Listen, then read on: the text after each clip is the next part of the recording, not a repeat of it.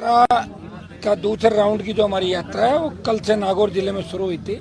अभी आज कुचामण के अंदर हम जा रहे हैं और कल से सीकर के अंदर जाएंगे। जिस तरह नौजवान किसान, सर्व समाज, अल्पसंख्यक और दलित जिस तरह हमारे साथ आ रहा है, जिस तरह समर्थन दे रहा है, जिस तरह किसानों का आशीर्वाद मिल रहा है, जिस तरह मातृशक्ति का आशीर्वाद, उसे देख के लग रहा है कि इस बार राजस्थान में बहुत बड़ा परिवर्तन होगा। राजस्थान की नौजवानों ने तय कर लिया कि कांग्रेस भाजपा को भगाओ और राष्ट्रीय लोकतांत्रिक पार्टी को राजस्थान के अंदर लाओ। और आरएलपी, जिन मुद्दों को लेकर आरएलपी का गठन हुआ, उन मुद्दों पर चुनाव लड़ रही है। जल्दी हमारा घोषणा पत्र भी आएगा और जल्दी हम एक सूची भी राजस्थान के अंदर जारी करेंगे चुनाव को लेकर। ये तो तय है कि आरएलपी तीसरा मोर्चा बनकर के उभर गई है।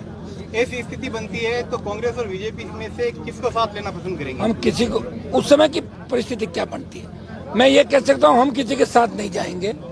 अगर हमारे साथ उस समय कोई आता तो उस परिस्थिति के अनुसार ही होगा। अभी तो हम ये चाह रहे हैं कि कुछ दलों से हमारे समझौते हो, कांग्रेस बीजेपी को छोड़ के। अगर होते हैं तो प्रयास कर रहे हैं, उन दलों से बात भी चल रही है, और नहीं होते हैं तो 200 सीटों पर आरएलपी पार्टी अकेली अपने दम पे राजस्थान में चुनाव लड़ेगी। नागौर में बयानबाजी का दौर बहुत चल रहा है। कल रिश्पाल जी ने एक बयान दिया था आपके खिलाफ कि मैं कभी भी हनुमान जी के पास अपने बेटे के लिए नहीं गया, तो आप क्या सच्चाई है इसमें? भाई मैं वीडियो रिकॉर्डिंग तो करता नहीं है, ये मेरा धंधा थोड़ा ही है। ये तो विश्वास से दुनिया चल रही है। लोग तो ऐसे हैं कि प्रेस में बयान देके भी बदल लेते हैं, कहते मैंने ऐसा नहीं कहा, ऐसे कहा था। मैं कह रहा हूँ अपने बेटे के साथ आए थे, एक रिचपाल नहीं आया था, बहुत से आए थे। मेरे समाज के साथ अलग अलग समाजों का आए थे। मदद कर दी पिछली बार, लेकिन अब मदद नहीं होगी। कल उन लोगों ने जो हल्की हरकत करी थी डेगाना के अंदर, उसका आरएलपी कार्यकर्ताओं ने मुंह तोड़ जवाब दिया।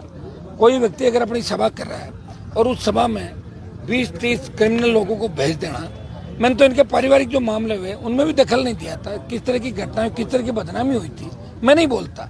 मैं किसी के पारिवारिक मामलों में हस्तक्षेप नहीं करता, लेकिन इस तरह की अगर हरकतें करेंगे तो आप जानते हो, जिसके खुद के घर शीशे के बने होते वो दूसरे के घरों पे पत्थर नहीं फेंकते। ये इनको भारी पड़ेगा। जीत उनके आसपास ही नहीं है। मृदाओं का अब इस राजस्थान और नागौर में कुछ भी नहीं बटने वाला। विधानसभा चुनाव तो हारेंगे, हारेगा पूरा परिवार जो भी लड़ेगा।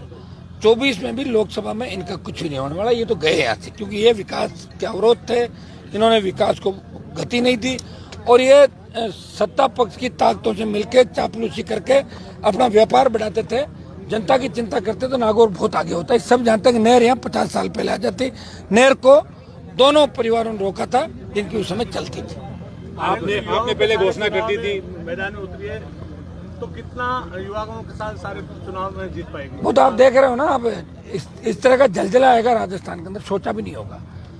कितनी सीट जीतेंगे ये तो मैं नहीं कह सकता, लेकिन कांग्रेस बीजेपी की धड़कनें पूछ लो क्या हो गई। बार बार मोदी अमित शाह राजस्थान में क्यों आ रहे हैं? कांग्रेस के डर से बीजेपी के नेता नहीं आ रहे हैं, आरएलपी के डर से।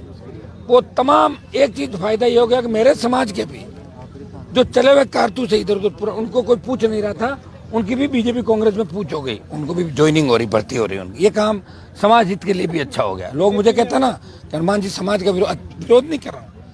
मेरी वजह से बंद पड़ी दुकानें चल पड़ी थी, समाज की दुकानों पर कुछ भी नहीं था, वो चले गए वहाँ पर। आपने पहले घोषणा कर दी है कि मैं चुनाव लड़ूंगा। इसका आरएलपी को कितना फायदा मिलेगा, कांग्रेस को कितना फायदा मिलेगा? बीजेपी का तो कोई चेहरा है ही नहीं, और कांग्रेस भी बिना चेहरे के ही लड़ रही है।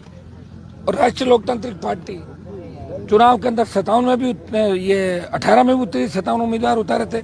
उपचुनाव के अंदर हमने जबरदस्त उपस्थिति दर्ज कराई। और ये जो आप सैलाब देख रहे हो, ये अपने आप आए लोग हैं। 5-6 घंटे से वेट करे, सर्व समाज है इसके अंदर। तो आप देख सकते हैं कि आरएलपी को जबरदस्त वोट मिलेगा।